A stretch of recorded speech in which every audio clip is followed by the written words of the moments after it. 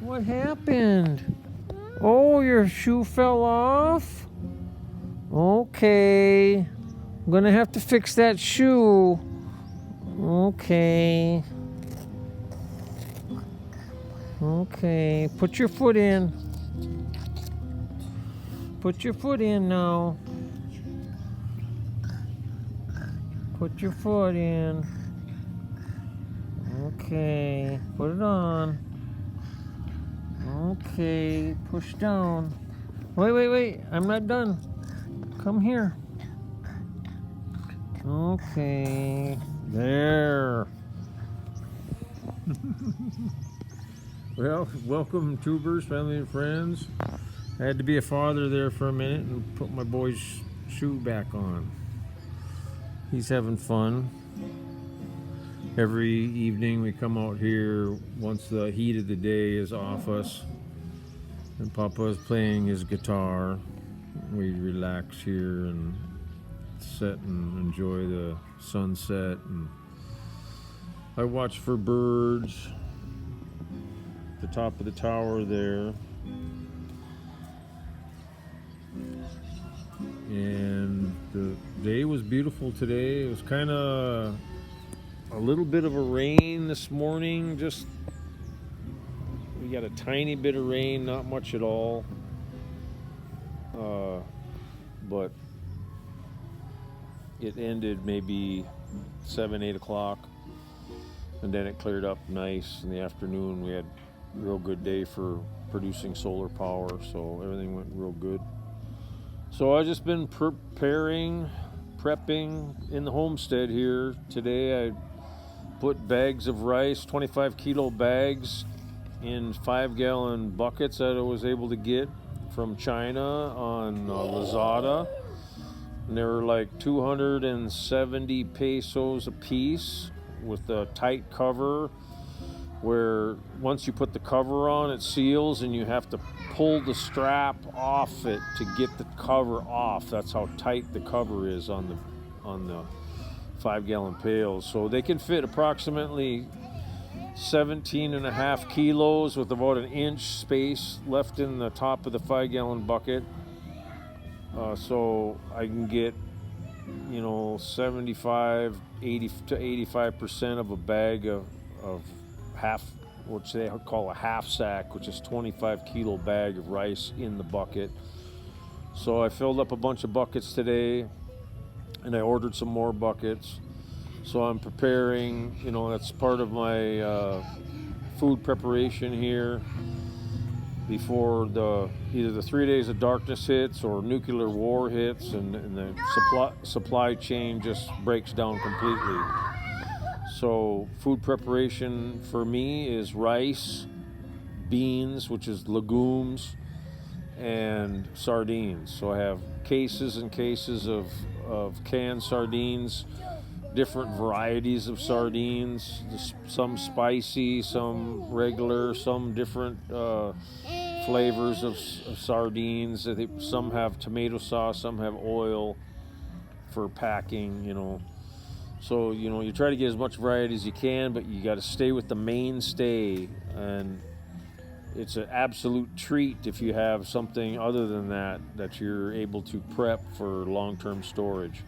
I have a whole bunch of, probably a year's worth for a family of 4, of freeze-dried food in cans, the big cans. And I also have even some MREs that I brought here in some of my boxes that I shipped over here from the U.S. But that, and I've been prepping, getting supplies for my chainsaw. I bought a couple more bars and chains for that, and some bar oil, and some new caps for the... Careful, buddy, with your stick. So, it's just preparations, right? Prep. Prep what you're not going to be able to get once the system completely breaks down, guys. So that's the way it is in the wars, in the big wars, the world wars that were in the past, and the one that we're in now, but hasn't gotten too bad yet. You can't get nothing. I mean, the war might last for years, right? And you better have preps. You better have your food storage. You better have a good water source. You better have everything that you think you might need for 2, 3, 4, 5 years, depending, right? And if this thing goes nuclear, like we're pretty sure that it's going to go nuclear, you better have stuff like potassium iodide for your thyroid, for nuclear fallout. You better have all that kind of stuff, guys. I mean, the list goes on and on. Just slowly, just take your monthly budget and set some aside every single month and purchase more things that you think you can stock up on, that you think you're going to use. Medical supplies, you know, all that kind of stuff, guys. Seeds. I got tons of seeds to last for years. Plus, we're constantly planting more and more now. Long-term fruit. What, buddy? We must be one. We're gonna do it now. Oh no, really? Are you sure of that? Am I here? Uh-oh. He has his own little language. And he's getting pretty good at some English, though, too. But he's got his own language that he loves, to little gibberish language. Looks like I got a couple blackbirds up there on the edge right now. I'll let them go for now. What? Are you singing a song? Old MacDonald had a farm. E-I-E-I-O. He was watching that on Blue's Clues today. But yeah, guys, just do the best you can to prep and watch the signs. Watch the signs that's going on in the world. I mean, we got biblical stuff happening. We have World War III happening. We have global government happening. We have all kinds of shortages all around the world right now. So if you have a good way of getting supplies and the things that you think you need, get them while you still can, because we're looking at real hard times ahead, guys. Real hard times. So do what you can. Get your preps. I'm also got sourced out a bunch of Life Pole 4 lithium batteries to supply everything I have here. Just put it on a battery bank, and I sourced it out of China, where I can get some dirt cheap Life Pole batteries. They're 6,500 cycle batteries, and they're 280 amp hours, and I'm going to get 30 of them.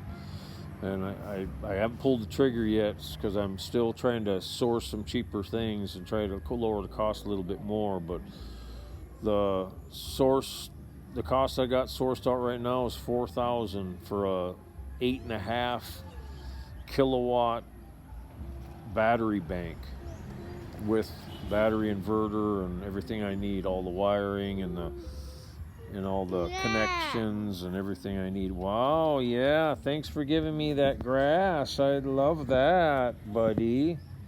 Thank you. Yeah. What do you have your hand? What's that? Your lips are all orange from that icy you had, that freezy. Yeah. Looks like you're very sweaty. Are you having a good time? Huh? How's your diaper doing? Huh? Did you poop your diaper? Did you poop? I think it's wet, but I don't think you pooped it. Let's see. Let's see if you poop your diaper.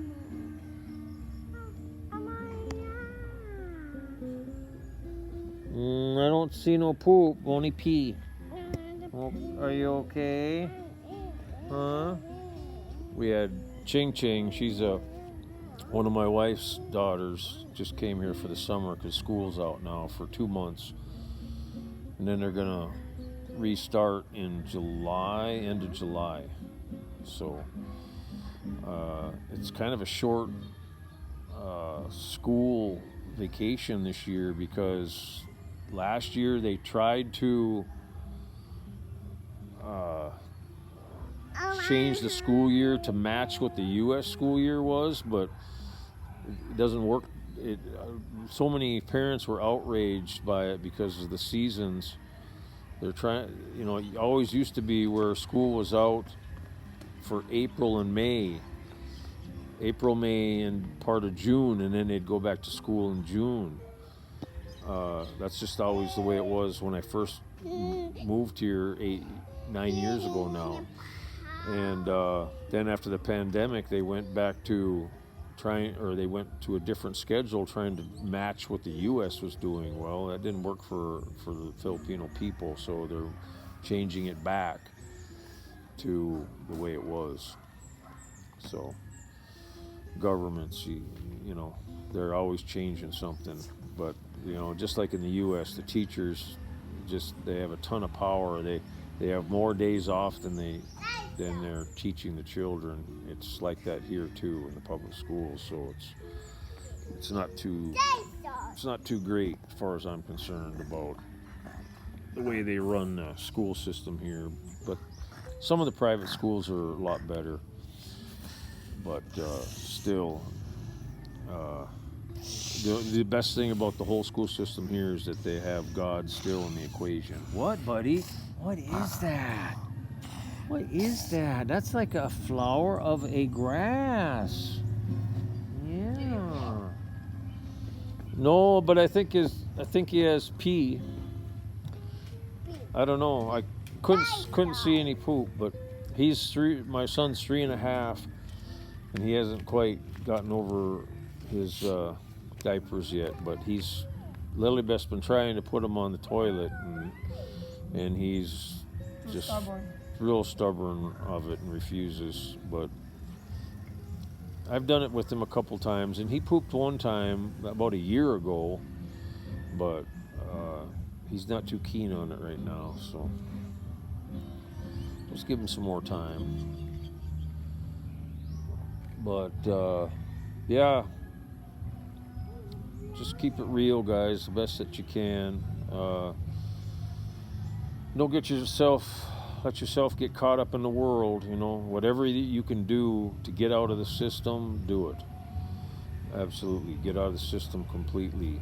And the more that you can rely on God and His Word and His law, the better off you'll be, the better your family will be, better off your family will be. Because in these end times, they'll be saying, do this, do that, it's safe and effective, and you'll end up in a FEMA camp, and then the next thing you know, you'll be dead. That's the kind of stuff that's going to happen in the future, guys. So if they say peace and security, come with me, I'm here to help, to run the other way as fast as you can. And because I say those words on my channel, safe and effective, if I say that, ever since I've been saying that a couple weeks ago, literally, it's been close to 3 weeks now, I haven't had one new subscriber. And that's they just put a lock on your channel if you say anything that they don't like, because they know that they have an agenda, and that agenda, if you're saying things contrary to their agenda, your channel don't do too good. So anyway, you guys know the drill, the way it goes. So what, my love? What are you doing there with the Cheshire cat smile? Uh-huh. Nothing. I just want to hear what did you say. So. Because I know you're gonna say, "Oh, my wife is so beautiful." Yes, I say that on every one of my videos. My wife is so beautiful. Hello, YouTuber. So, good luck to all you guys, foreigners that have a Filipino. So, but obey God's law and get married, guys. We got married. What, 2 months? We were married, right? After we met, 2 months. Oh yeah, and We were married. yeah, and it's so funny because I feel nervous over that. Well, yeah. I just don't want quick 'Cause marriage. she's never been married before, Mm-hmm. and I've been married twice before, so it was more nervous for her. Because I'm shocked why he decided to marry me, that he don't know me yet. I told everybody already why, because God told me to. Yeah. He's the most powerful of everything. That's right. Obey God. If He's telling you something, you better do it. If you can, right? Do everything in your power to do it. So, which reminds me of, sad story here with Jules. Jules in the Philippines. He got that Jules Barr syndrome, where he was all paralyzed, and then now I guess he's been diagnosed with cancer. He's an expat here in the Philippines, lives in the Darwin, Dumaguete area, and I had a dream to give him some money, and my wife, before I even told her about it, confirmed the amount I was going to send to him, and I've been trying to get a hold of him. His PayPal account blocked me. I couldn't send money that way, and I've been trying to get a hold of him so his wife can send me her information that I need so I can go to Palawan Pawn Shop or El Mueller Pawn Shop and send him the money, but they never were able to get my messages. I put my messages on there like 4 days ago, and even in 4 days now, I haven't even seen one video from Jules, and I'm wondering maybe something happened where they aren't even looking at their channel because something maybe serious with his health happened or something. I don't know, guys, but our prayers go out to Jules and his family. That's kind of end of life stuff that we're all gonna face someday, and it's just a terrible time of his life that it happened right at 60 years old, where you're shy of 2 years of getting your Social Security, and that's the time the money runs out. And I'm the same age right now. I'm 60, and I had a medical where I had to go on a ferry to Cebu last October, and amputate one of my toes. It had gangrene in it. And Daddy, I'm gonna get him now. we're on a Daddy. pretty tight budget, $2,000 a month. That we're taking care of a family Leonard, of when 10, I'm going 10 to here. leave because Bye, buddy. we're going to eat a dinner Bye. because the little boy looks so sleepy. Okay. We have to wash them. Bye. Eat, okay? We have to. See you I'm going to give him later. bath first. Okay. So we all have to face those hard times, and it's not easy at this age where some of us retired early, and I retired when I was 55, and I'm not sure when Jules retired, but yeah, that's beautiful. Some of these guys with their mufflers way out here in the jungle, that's all they got to do, right, is go back and forth with their loud mufflers. Something you got to get used to if you go to the Philippines, guys. It's just the way it is. But it's not like there's not any ordinances about loud mufflers, because there is. I even read them here last month.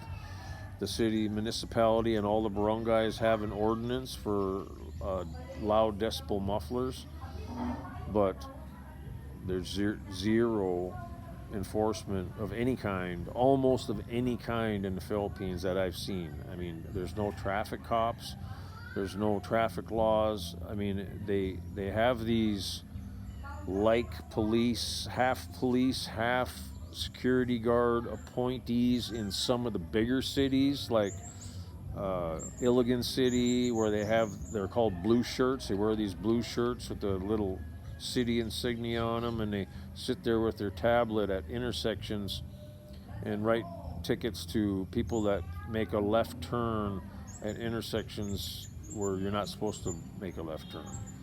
And that's the only violation that I've ever even seen people do in all of Mindanao, anyways, because that's the only place that I've ever drove my vehicle is in Mindanao.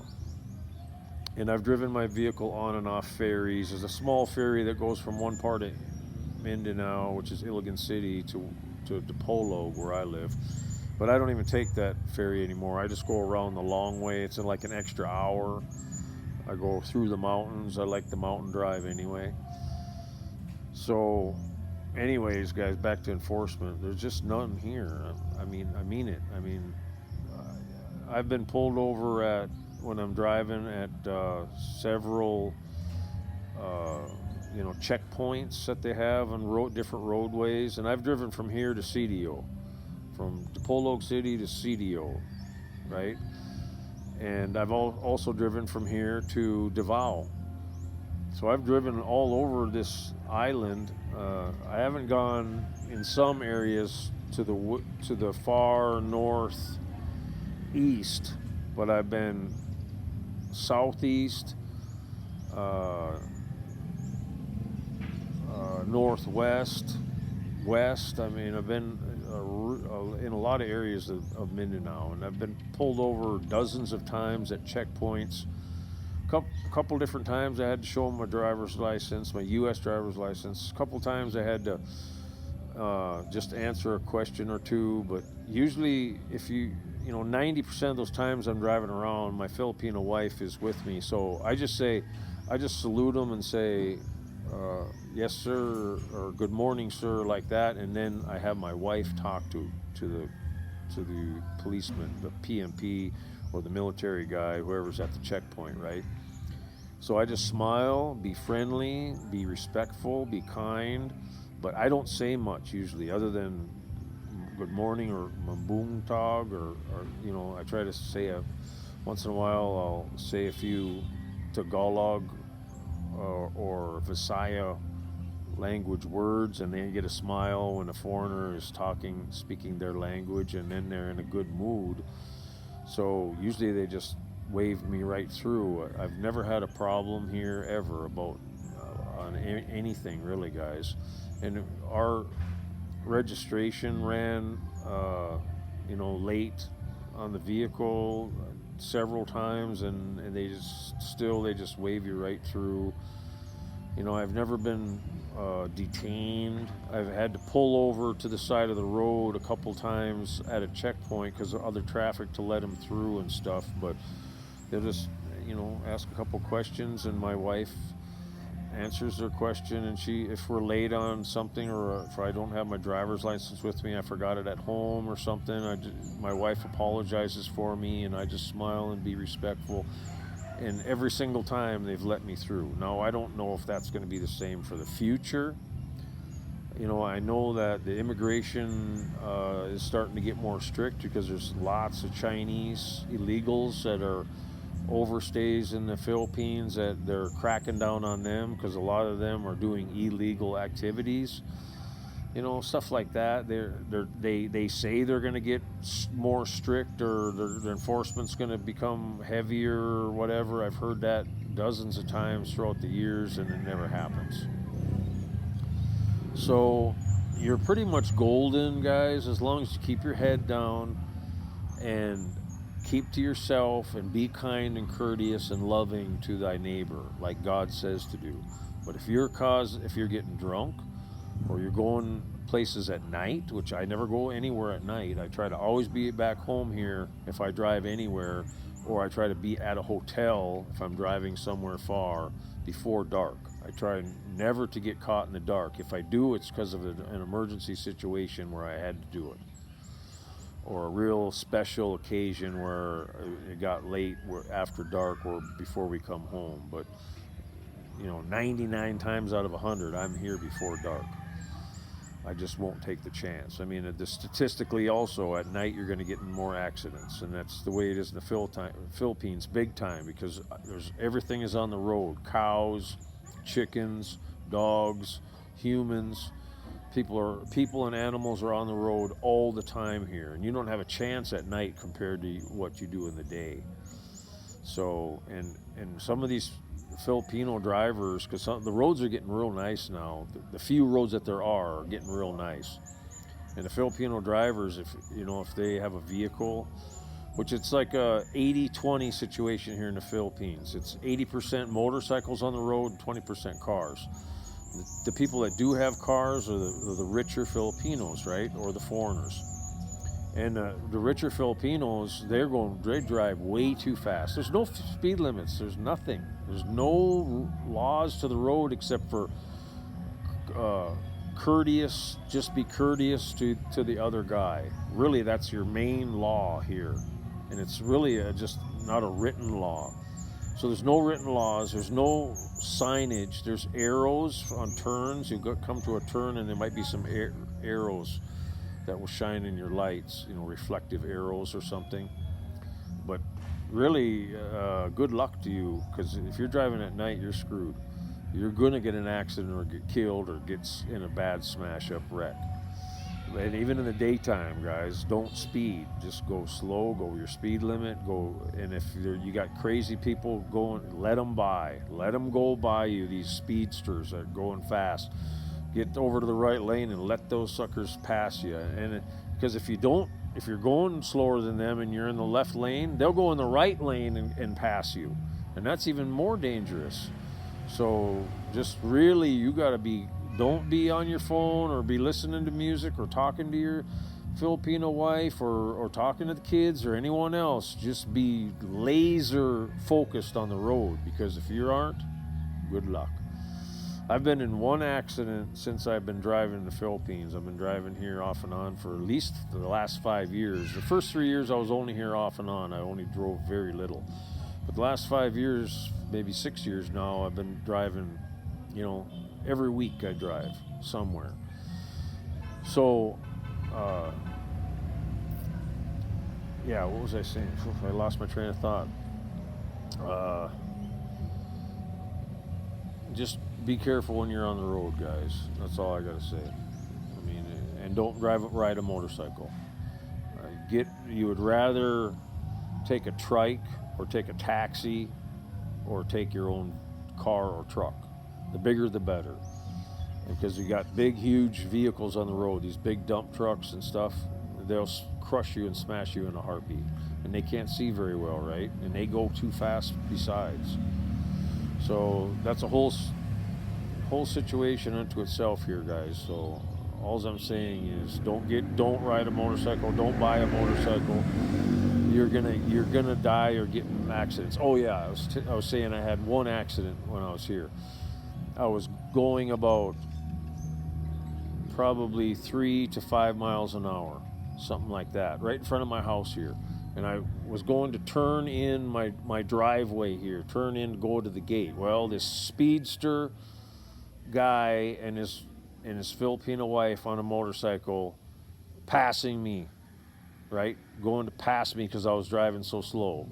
And I looked in my mirror before I turned, and they must have been on the far right side of me, and he must have swung over to my left and tried to pass me right when I was turning into my driveway. So he hit the side of my truck and smashed into the ditch. So luckily, where he smashed into the ditch was all nice soft grass and dirt. His motorcycle got a little bit of damage to it, but what we ended up doing is taking him to the clinic and making sure he was okay, because he hit the handlebars with his chest. So the medic at the clinic said, okay, you're okay, but you should maybe go get x-rays, because he never got x-rays. He just checked him out.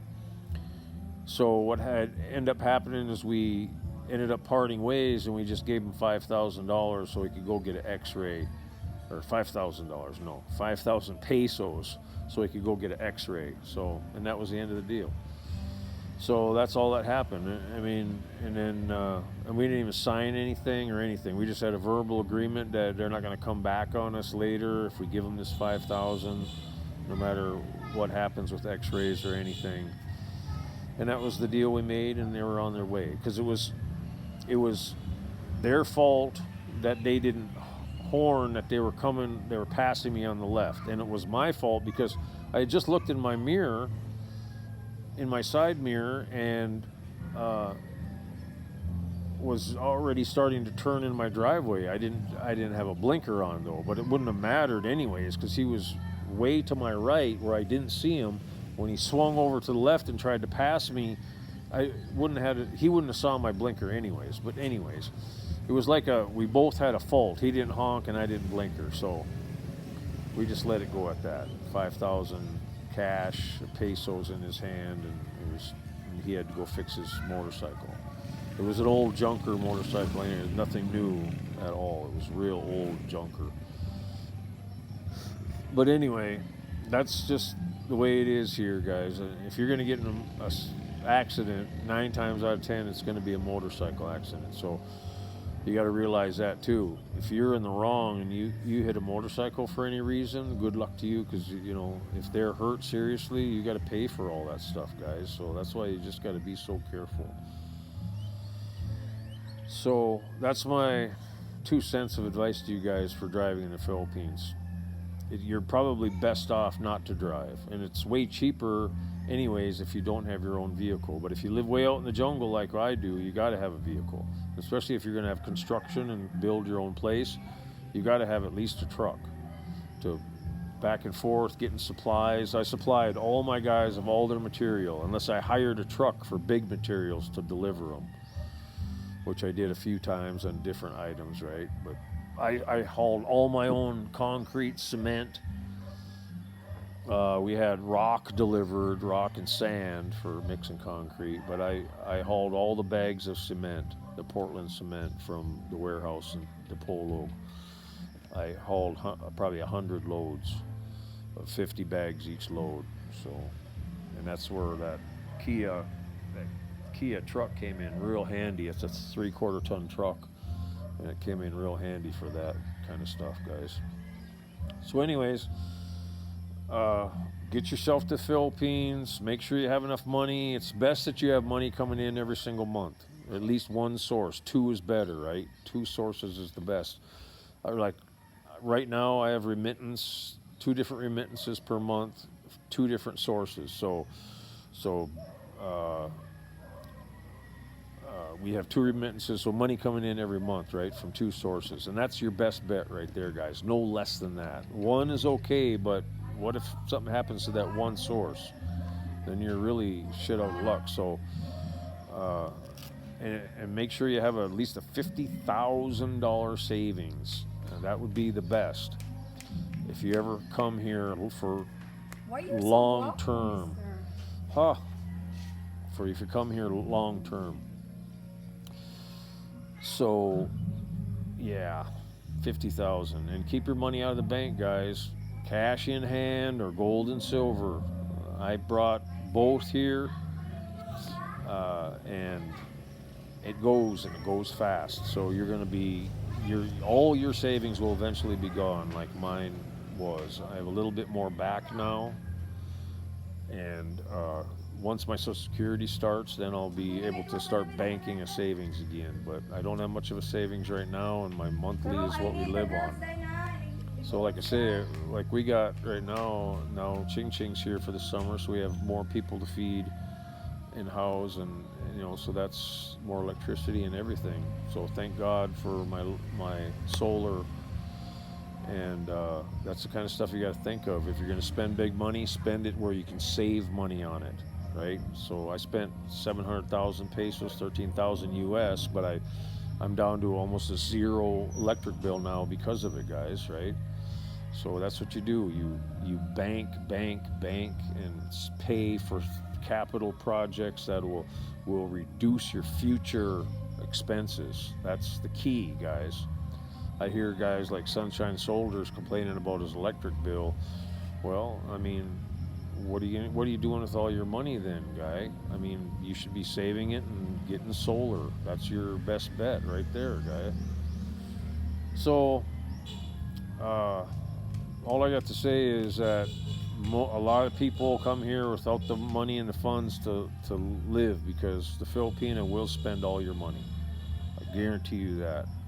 Because it's not just her, it's her friends, her family, her extended family.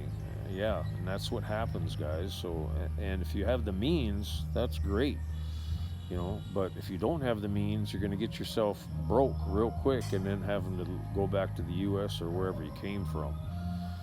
So my advice is, you have to be stern. You can't be giving it all all your. I tried that. I tried giving all my money to my Filipina and see how she did with it. The second it hit her hand, it was gone. She couldn't save if her life depended on it.